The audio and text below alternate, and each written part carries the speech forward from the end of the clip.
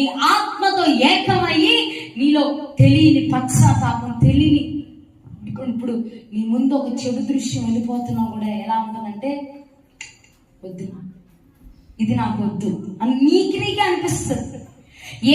ఎక్కడైతే నువ్వు పడిపోతున్నావు, కొంతమంది పాపంలో పడిపోతారు, కొంతమంది దొంగతనం అనే దాంట్లో పడిపోతారు, కొంతమంది వ్యభిచారంలో పడిపోతారు, కొంతమంది జారత్వంలో పడిపోతారు, కొంతమంది అసూయలో పడిపోతారు, కొంతమంది విగ్రహారాధనలో పడిపోతారు.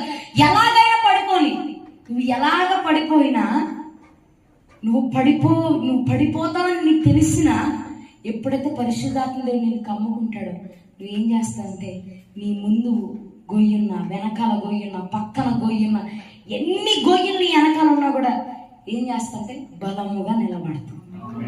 నేను పడనివాడు ఆయన, నీ కాళ్ళు తొట్టిల్లక ఆయన కాపాడతాడు. ఏం చేస్తాడు చెప్పండి? నీ కాళ్ళు